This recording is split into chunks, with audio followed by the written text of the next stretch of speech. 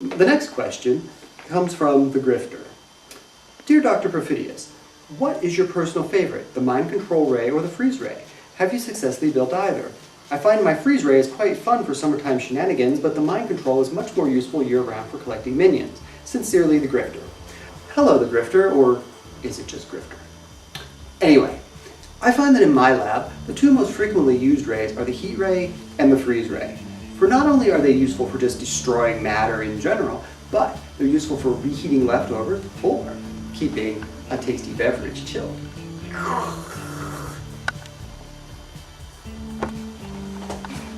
Additionally, some of the other rays that I use, since there are so many and they take up so darn much space, I did what any genius would do, is I switched to the multi-rayotron. I currently have 15 settings on it.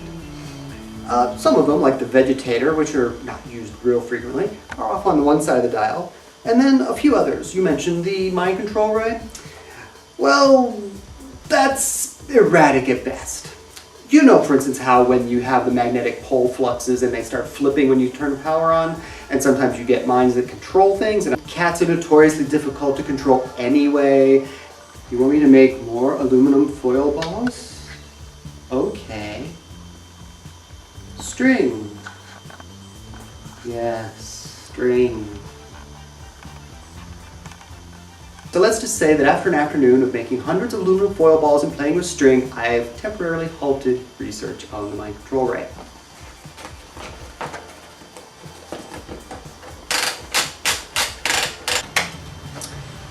Doctor, while defeating my latest superhero, I also managed to create a batch of Unidorium, which has proved to be a powerful intoxicant, which I'm selling to school children. What have you done lately? Yours in disgust.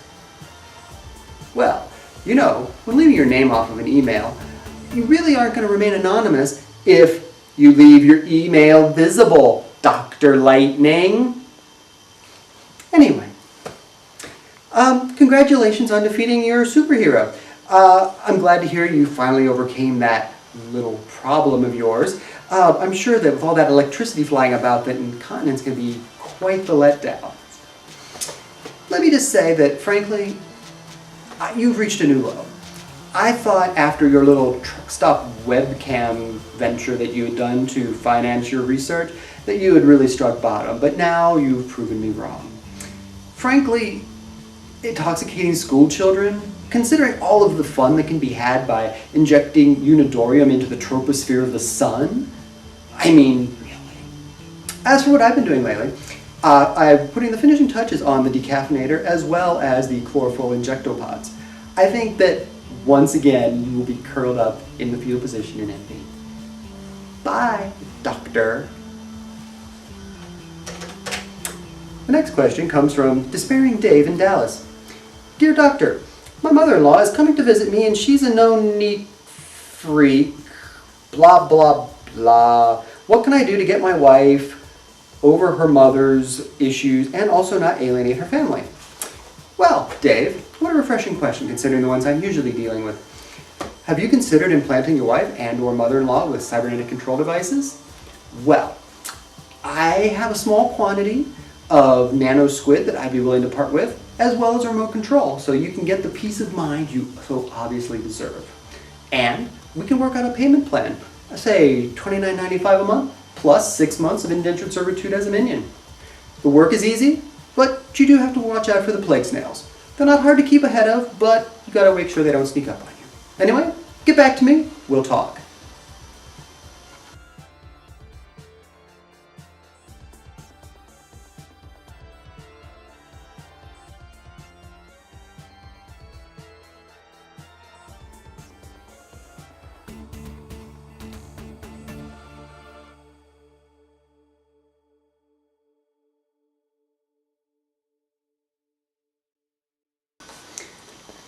Okay, people, I appreciate the staff editing things for me, but seriously, people, I wear ruby lens glasses. Red ink is not the way to go on these things, okay? Thank you.